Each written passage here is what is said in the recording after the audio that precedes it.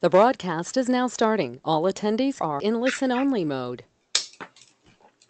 Well, good evening, everybody, and welcome to Webinar Wednesday once again.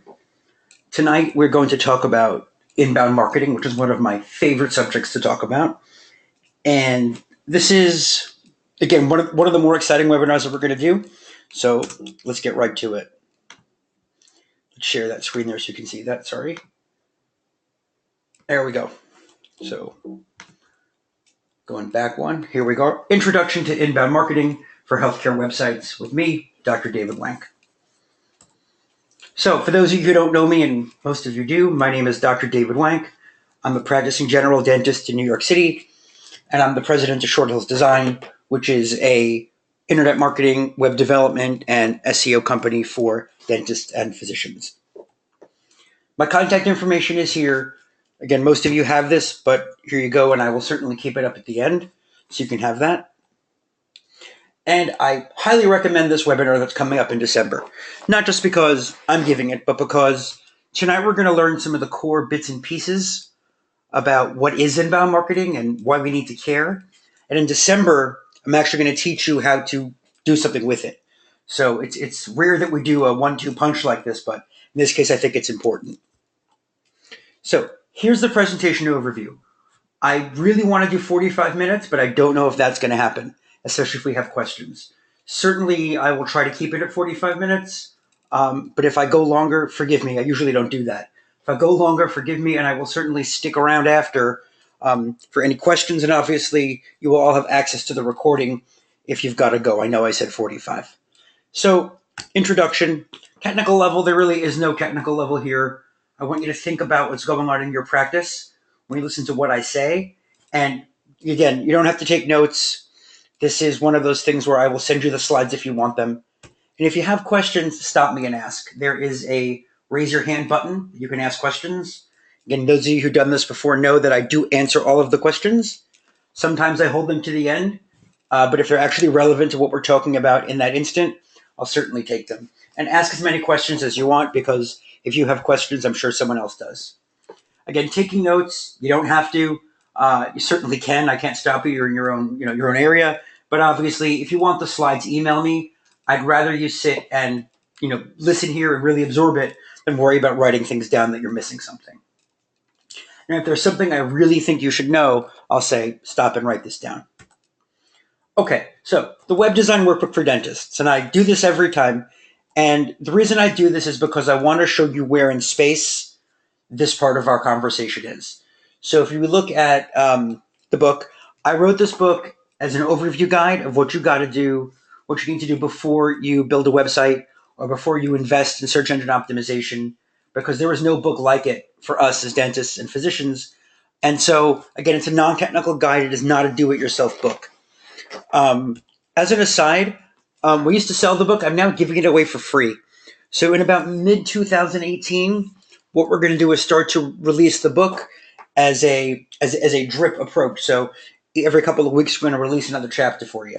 So I think that's a very exciting way to do this. And there's a link over here and a link in the questions area or the chat area, so you can download the introduction for free. It will change. It's getting updated in December by me, and but you can notify when the free version is available.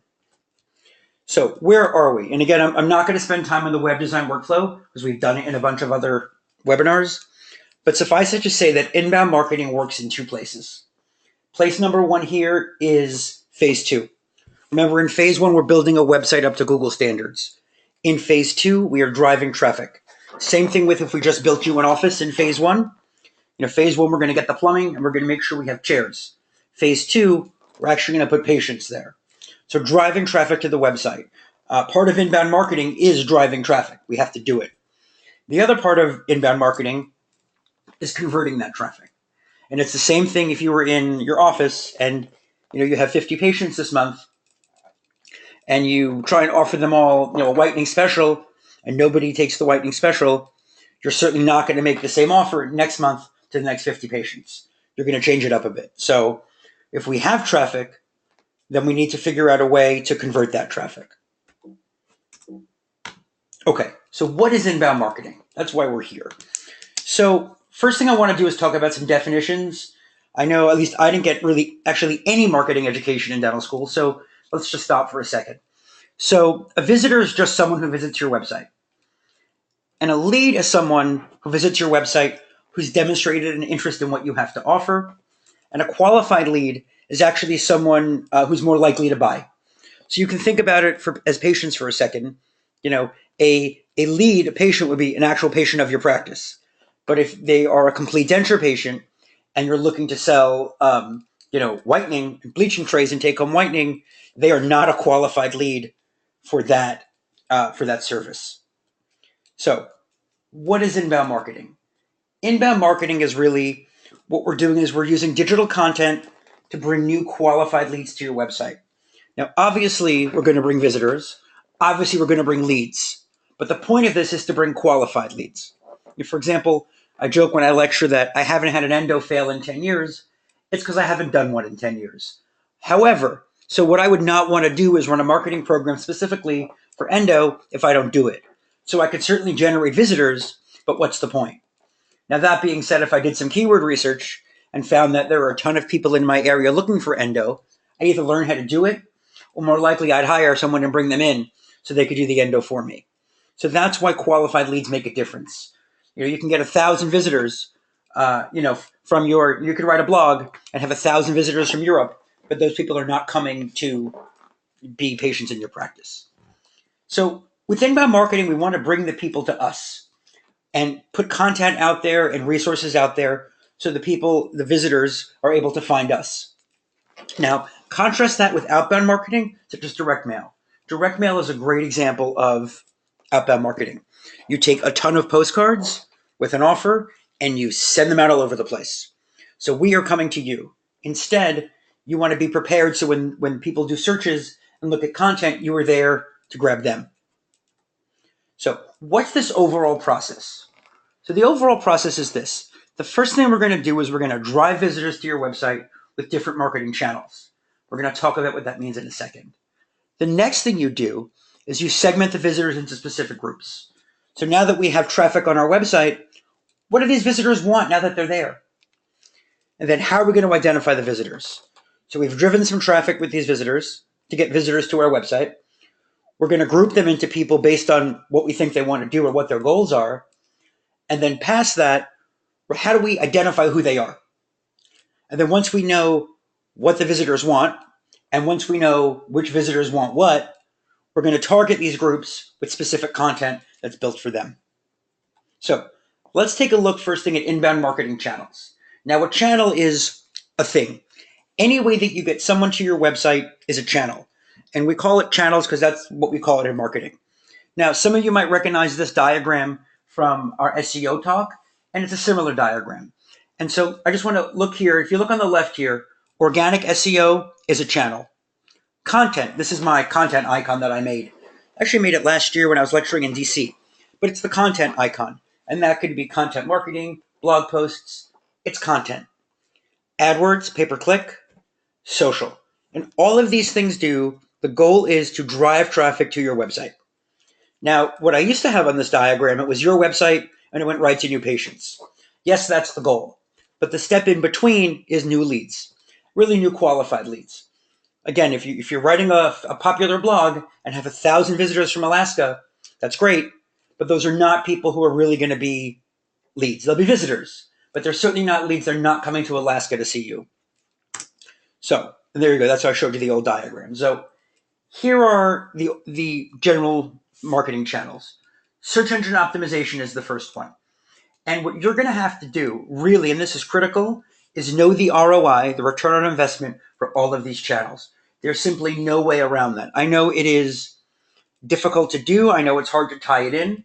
There are services that work with your practice software that can tie in what patients you have, where they came from, what their value is, but you've got to do it. Even on the most superficial level, you have to have an idea if marketing channels are working for you. A, because if they're not, you need to stop paying that money. And B, if they are working, you should invest more money in them. Now, search engine optimization is obviously, and we're not going to get into a whole thing. We have a whole webinar about it. Search engine optimization is when we look at what people are searching for in your area, try and match that up with what services you're offering, and we optimize the pages so that it matches what people are searching for. So if someone is looking to have whitening, for example, in Short Hills, New Jersey, we're going to look and see, and that's a service that I want to offer. We're going to look and see, well, are people searching for whitening Short Hills or Short Hills whitening, for example? And we look at our tools and we see that 50 people a month are searching for, whitening Short Hills, and one person is searching for Short Hills whitening. So we're going to modify your whitening page so it says Short Hills whitening to focus for that keyword as opposed to, whitening Short Hills, because we want the page to highlight the keyword that has the most search volume. And there's an entire webinar we did on this. It's on our website. I think it was June or July, but certainly you can check that out where I get into that in a lot of detail. Blogging and content marketing. Blogging, again, when it comes down to it, as one of my clients said, this is a marketing arms race, and you can have your website optimized for SEO or run an SEO campaign. You can have a site built to Google standards, but at the end of the day, what's going to have to wind up happening is that you're going to have to deal with everybody being equally as competitive as you are. And when they're being that competitive, what you need to do is figure out, what else can I do? And one of the ways around that, one of the things that you can do is to start blogging and writing content. Well, there's a question here. Let me just take a peek at it and see. But content. Because what's going to happen is, and you can get into long tail keywords later, but if everyone has optimized, for example, for whitening Short Hills, New Jersey, and everyone knows about it, which eventually they will because they're hiring SEO people, what is going to happen is you can't rank for that anymore. So instead, it might make sense to rank for similar keywords, such as, how old do I have to be to start whitening? How long after whitening do I have to not drink red wine? How long will whitening last? Do you sell touch-up kits? Is in-office whitening better than at-home whitening? So these are blog posts. These are questions that I get asked every single day, that I'm sure you get asked every single day. And these are the things that you want to blog about and write content about. We have an actual content program that we have where we write blog posts for you. Because again, I want to generate traffic. This is key. Now, there was a question, and it was, how do we find out if people are searching for Short Hills whitening or whitening Short Hills? That is really what SEO does. I have an entire webinar on it. I just don't want to get into that now. That's an entire subject. But I believe the January webinar of this year is looking at using the Google AdWords keyword tool or keyword planner that will actually show you how we look and see what keywords people are interested in. I hope that answers your question. Okay, so let us keep going now. Okay, social media, that's another thing. The ROI for social media really depends on your office, the type of office you have. I'm not sure if for an endodontist, it's really going to make a difference, or a prosthodontist. So I don't know. However, for pediatric office, there are some physicians' offices that I have that they do a ton of social media. And that depends on what you do and if it's social media kind of ready. You also have to want to do it. For our treatment content program where we write blog posts for you, we also post them to social media. Part of the idea is to figure out what people are looking for. Let's post 2 articles about Invisalign, then 2 about whitening, then 2 about dentures, 2 about implants, to get an idea of what people are doing with it. So, and what people want to see and what people want to learn about. Because that might be a good way, other than looking at keyword volume, to really see what people are engaging in or engaging with that content. But social media, my favorite lecture to give is social media for dentists who hate social media. And so I will tell you that it is a pain, but people know when you are not genuine about it. And so either do it or don't do it, but I'd recommend even once a month, write something. Just keep them engaged. Okay, pay-per-click. Again, pay-per-click is a curveball. And the reason is because pay-per-click doesn't work with every practice. And the way we do pay-per-click is we do it performance-based. But the good part about pay-per-click is that you can get traffic very quickly with pay-per-click, and it gets very expensive. So when you're doing pay-per-click, talk to your pay-per-click people about how they are selecting your keywords and what their pricing is. For us, as an example, I mean, I think we have the best model. Can certainly people who will disagree. We charge a flat rate for 3 months to develop a campaign for you. In the beginning, we do a demographic study because we want to make sure it's worth it. That is, if you're in New York City, it might cost $18 a click for implants.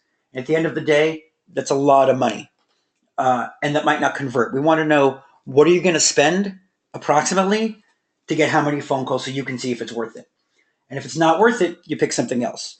If you're in a smaller area with less competition, it will be less expensive. But again, it's a dangerous area out there with AdWords because there are a lot of people doing it, spending a lot of money, and you must track your ROI. That is absolutely critical. So just to summarize that, we have all of our inbound marketing channels. The goal is to drive people to your website, obviously to get new leads, and turn these new leads into patients. Now, someone asked me, what is the cost of a new patient in the New York area? And I don't know. What I do know is that there's actually a poll going on Dentaltown right now talking about the acquisition cost of a patient. And I think everyone knows in their own practices what it costs or what it's worth to pay. But I will tell you that there are keywords. So just because an implant keyword costs, $15, $16, $17, $18 a click, that doesn't mean it converts. So if, for example, from data or from trying that it's going to take 50 visitors, every 50 clicks, you get a new patient. Let's say that's your ratio, 2%. So what happens then if it costs you $10 a click times 50? It's a lot of money. If it costs you $2 a click, it's not as much money. So the question is, what are you driving? If you're trying to drive implant cases, it's going to be more expensive. If you're trying to drive new patients through insurance, and then once they're in your practice, upsell them and then make them into implant patients, it's a different story. But but the cost of a new patient, really, it depends what service it is. So I don't have a specific answer for that. But again, if you're on Dentaltown, join Dentaltown. And there's a poll going on right now where people are discussing that. So hopefully you'll find that helpful. All right. So now what I want to talk about briefly here is traffic problems versus messaging problems. So when someone calls me and asks me to do a consult for them for a new website, I really ask, what's your chief complaint? Just like if we were sitting in the office. And the answer really is what we have to figure out with anybody who's not getting traffic is, do you have a messaging problem or do you have a traffic problem? And that's what's critical. If you have a traffic problem, then your messaging doesn't matter. If nobody's seeing your message, it doesn't matter. If you have an office and your chairs are empty, it doesn't matter. So the first thing that we have to analyze is, do you have a traffic problem or do you have a messaging problem? And one of the things we look at, and again, this is not the webinar for that, is Google Analytics. I believe February or March maybe was a Google Analytics webinar that can at least let you know, what does your traffic look like, and are you actually getting traffic? If you're getting 200 visitors a month and you are not getting any new patients, it's a concern. If you're getting 2 patients a month and not getting 2 visitors a month and not getting new patients, then I'm not surprised. That's something to consider. So let's move into the sale. Any other questions before we move into the sales cycle? Okay. So the sales cycle. This is a bulky sales cycle, and we don't really look at it this closely for dentistry. What I do want you to see, though, from A, how it's wide at the top, and F, it's small at the bottom. And so this is what we call the sales funnel. And so the reason the sales funnel is so important is because you show you at the top with A, awareness, you've got a ton of people in this funnel. And as we move down the funnel towards purchase, it gets smaller and smaller and smaller. So the more people you kind of throw into the top, the more leads. As they go through the funnel, that's where we want to focus that funnel to get people to purchase. So here's a bit of a zoomed in funnel to make it a little easier. So are people aware of what we're selling? That's the first thing. Are they, they know it exists? Are they interested? Are they considering purchasing it? And now they want to purchase it. And you might say, well, what does it have to do with dentistry? And I'm going to show you that it does. So let's go ahead now and talk about segmenting visitors, because that is really, really important. And so what we're going to do here is we're going to define what we think our visitors are or what they want, and then we're going to talk about how we're going to define them. So what is a segment? A segment is just a group of people or visitors based on specific characteristics. In your office, we could segment our patients and say our denture, our edentulous upper and lower patients, those are a segment. So obviously, if we're going to send a bunch of emails to those patients, we're not going to send our denture patients emails about whitening. And similarly, if we have a bunch of dentate patients with full dentitions, we're certainly not going to send them promotions about implant overdentures. So we're using segments to make sure that our marketing efforts reach the right people. And again, you do it every day in your office. You might not realize it, but you do. From what I just said, you are not going to offer, a 2-implant overdenture, lower overdenture to someone with all of their teeth, because that would fall on deaf ears. It doesn't make sense. And so we want to define the segment and say, what segments do we want? What are these people? What do we think they want to do? And once we do that, who's in each segment? So let's define a sample segment here. So when you do direct mail, you do a lot of segmentation because you tell the direct mail people, please do it to the families of more than 3 people with an income from 80,000 to 120,000 who have moved in within the last year and this and that. So you are certainly segmenting those. Obviously, if you're looking for dental service, you don't want to segment to people who, if you're a fee-for-service practice, you don't want to send mailers out to lower income families that can't afford your services. So let's define some sample segments now. Okay, so what we can do is we can segment. Let's segment by income. So let's pretend now that we are selling beachfront property. And these are all of our leads. We have wealthy people who are, age 35 to 50, have a postgraduate degree, and they make this much money.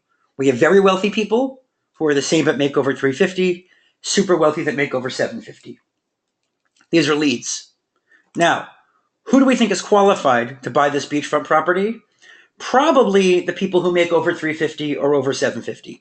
Those are qualified leads. So whereas everybody here is someone who said, "Oh, I'm interested in this beachfront property," we know really that the people from our studies, from our knowledge of the industry, that really only the very wealthy and super wealthy people are going to be able to afford the second home. Now, let's not rule out the wealthy people, because we might have another service we could offer them. Maybe notice how they're unqualified to buy this house, this beachfront property. They are not qualified, but maybe they are qualified to buy that smaller beachfront property. So again, just because our qualified leads aren't qualified specifically for what we're looking at now, they might be qualified for something else. Okay, so let's take a look at Invisalign now. It's one of my favorite things because we all understand it and we all are familiar with it. So let's go ahead now and segment these patients or these visitors by where they are in the sales cycle for your service. So I have our sales funnel right next to us here, and we're going to see we'll name these segments: Invisalign awareness, Invisalign interest, Invisalign consideration, and Invisalign purchase.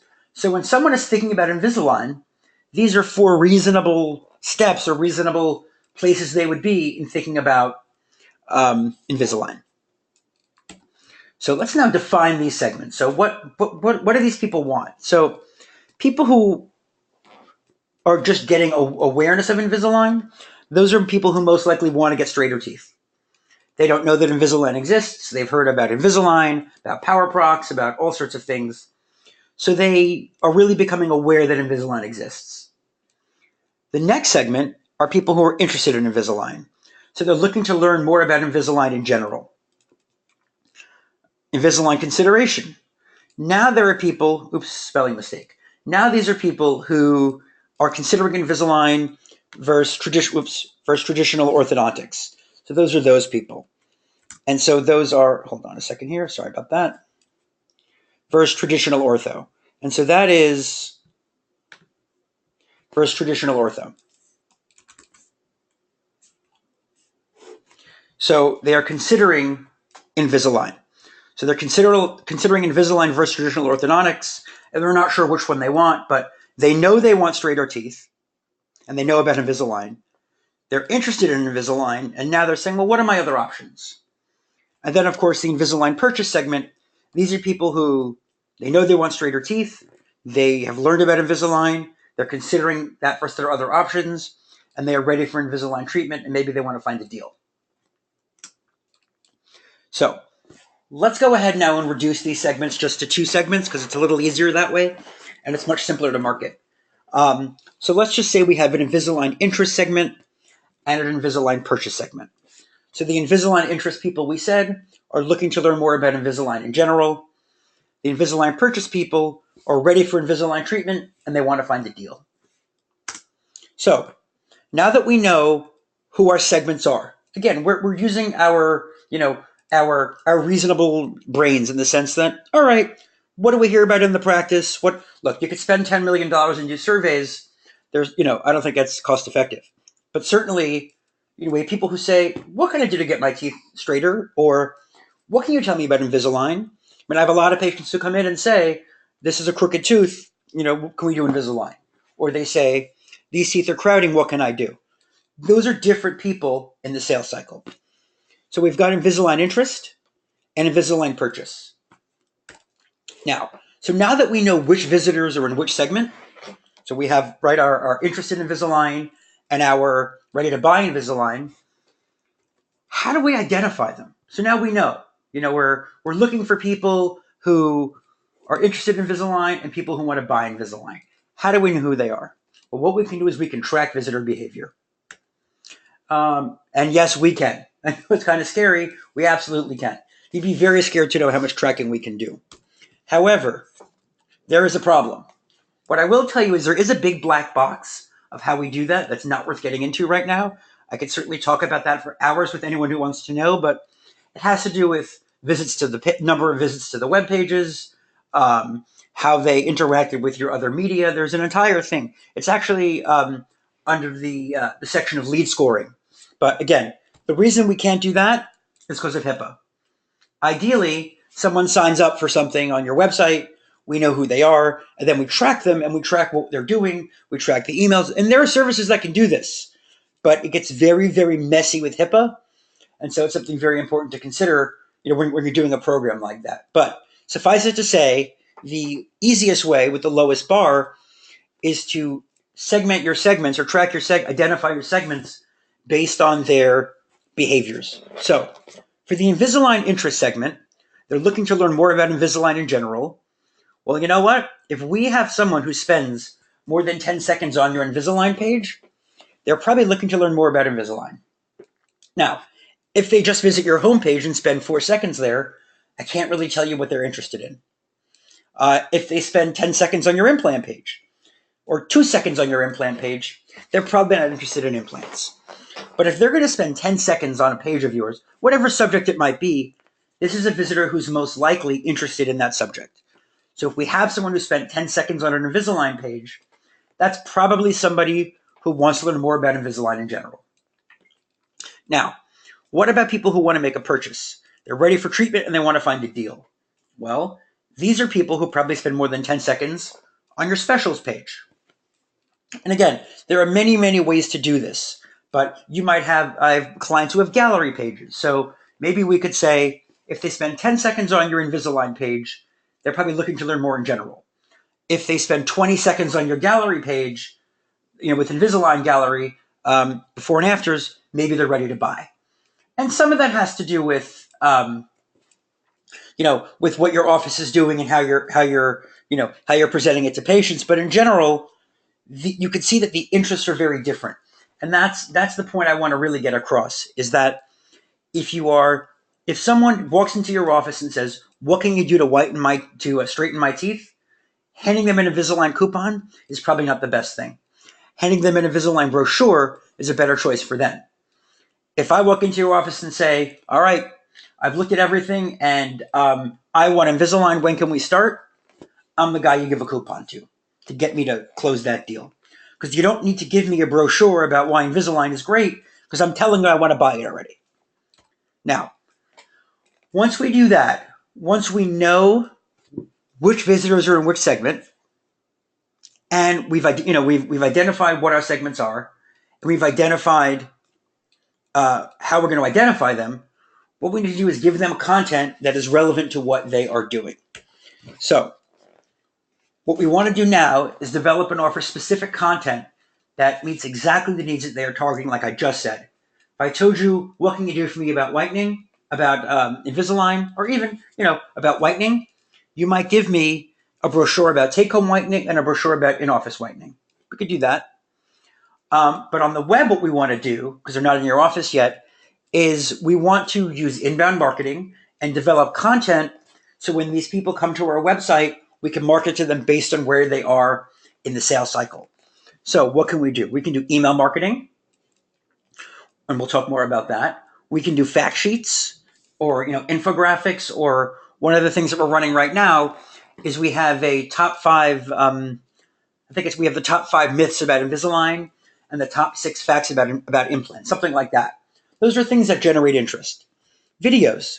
You might have an informational video. You might have an instructional, well, you don't want an instructional video about implants. It's a little dangerous.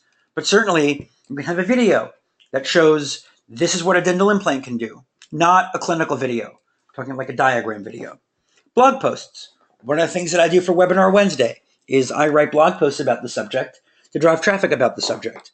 And that's part of what you do. Webinars also, you can do the same thing. Webinars might not be as effective. Obviously, for dentists, it's pretty difficult. There are people who recommend to do Facebook Live. I find that to be very difficult. It's not difficult. It's a lot of work to get it done the right way. And, if you have tech people in your office who can do it, that's great. But your time might be spent elsewhere. Ebooks. We do that for clients. You write a 3-page ebook about different whitening options. So for someone who wants to know just about whitening, like we walked in before, you'd give me the brochure about a take-home whitening and an office whitening. Well, you have a 2 or 3-page ebook that just discusses that, and say, download our free ebook. And then for people who are ready to buy, you might give a coupon. Do in-office whitening and get 10% off the take-home trays. Okay, so now we've aligned this. Let's take a look. So the Invisalign interest people here, we'd send them, let's say, or we'd get them to download a guide. Free guide, top 5 myths about Invisalign.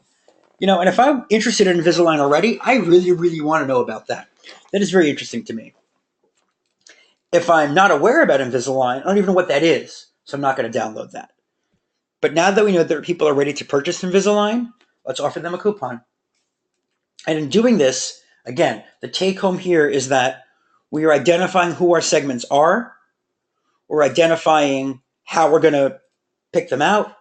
And then we're going to identify what content are we going to give them that is going to match their interest.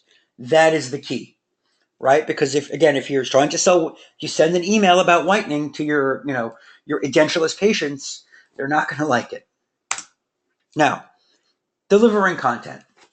When we deliver content, what we're going to do, we deliver content based on, as we said, the segment's specific needs and our specific goals. So, lead generation. There are 2 ways there are many ways. 2 of the ways that we do it are lead generation. And so what lead generation is it aims to generate new leads for that specific segment. So let's say they are people who want to learn more about Invisalign. And what we'll do is use a lead magnet. A lead magnet is something where you offer somebody something for free in exchange for their email address. And you see it all the time. A pop-up that says, hi, before you leave, or I see that you're interested. Well, we don't say I see that you're interested, but learn more about Invisalign. And one of our programs, Treatment Mail, actually does just that. For people who want to market Invisalign and who are focusing on that segment for patients who are interested in learning more about Invisalign, well, they're on the website, they're browsing, and then we offer them a free download. Because here, download this. And by doing that, they download it, and now we know that they're interested in Invisalign. We can certainly follow up with them. One of the next step from that is drip marketing. And so once you have a lead for a segment, let's just say someone does come there and downloads the guide to Invisalign, your 5 myths about Invisalign. Heck, they might call you. They might send you an email. They might ask you a question. That would be terrific. But one of the other things you can do is drip marketing. Now, you don't want to send emails out to people. Again, you don't want to send emails about whitening to your patients who don't have teeth. And similarly, you don't want to send an Invisalign to people who have dentures. But if you know somebody downloaded, for example, top 5 myths about Invisalign, then you might want to start a drip marketing campaign with them. And what that simply is let's say 3 days after they download that the guide about Invisalign, you say, "Hi, I hope you found that guide about Invisalign helpful. If you have any questions, please call the office or email the office. In the meantime, here is some information about why Invisalign is better than traditional ortho, or what the differences are between Invisalign and traditional ortho." Then 3 days later, they get another email. "We hope you enjoyed what you wrote about Invisalign versus traditional ortho. We encourage you to ask questions. Today, we want to talk about how much it costs to do Invisalign, whether it's more expensive or less expensive than traditional braces, and to tell you that we have an Invisalign special running." So, you want to do drip marketing to people who have shown an interest in that specific subject. So lead generation is your kind of number one thing where you generate interest, where you try and find people to match your segment. And then drip marketing is where you can actually encourage them to work them through that sales cycle. Now, we have something called our innovation marketing suite. And what that is it has 2 parts. Part 1 is that we're trying to generate and drive traffic. If you already have a lot of traffic because you're organically doing fantastic work with SEO, you don't need this. I will tell you that anything we could do for you in our treatment content program, you can do yourself. What we are doing is we are writing blog posts, 2 posts a month for 6 months, different subjects, to try and figure out what your clientele, what people who visit your website, what the people in your area, what they want. And it is spreading a broad net so we can see what they want. If we write 12 articles about implants, we're not going to learn much. 2 about Invisalign, 2 about implants, 2 about dentures. After 6 months, we have an idea. This is something you can do on your own, and you should do on your own. I can do a fabulous job doing this for you. You can do it better than I can. So obviously, this is the kind of the first step that we're doing to generate the traffic. Once you have traffic, we have 2 programs that we use to convert your leads into new patients. So one of them is our targeted lead generation program, and these are all pilot programs, so they're heavily discounted. The truth is, I don't know if these are going to work. We're having some success, but obviously this is something that we're learning as we build this, and our ROI for our clients is getting better and better, but it's heavily discounted because certainly this is a pilot program. But in treatment mail, the goal is to educate patients about a specific subject, and right now we're doing Invisalign and dental implants, and to encourage them to want more. Treatment news, that is newsletter marketing. That's really the next step. Obviously, you should be sending out newsletters to your existing patient base, even if it's every 6 months, just to say, "Hi, here's what's happened in the last 6 months." Or, we got a Panorex. Don't send it every month unless you really have something to say. But with treatment news, what we're doing is we're taking those 6 blog posts or those 12 blog posts that we wrote in our treatment content program, developing a newsletter and saying to your patients, "Hey, patients, in the last 6 months, we've put out this great information about implants, Invisalign, dentures, whitening, whatever it is. And now it's your existing patient base. Now we track and see who opened what. Did anybody open the whitening stuff? Did anybody open this stuff?" And so that's how we learn about what your patients want. Because again, you might want to market, stainless steel crowns. I hope you don't. You might want to market stainless steel crowns, but if nobody wants them, you can't market them. And that's key.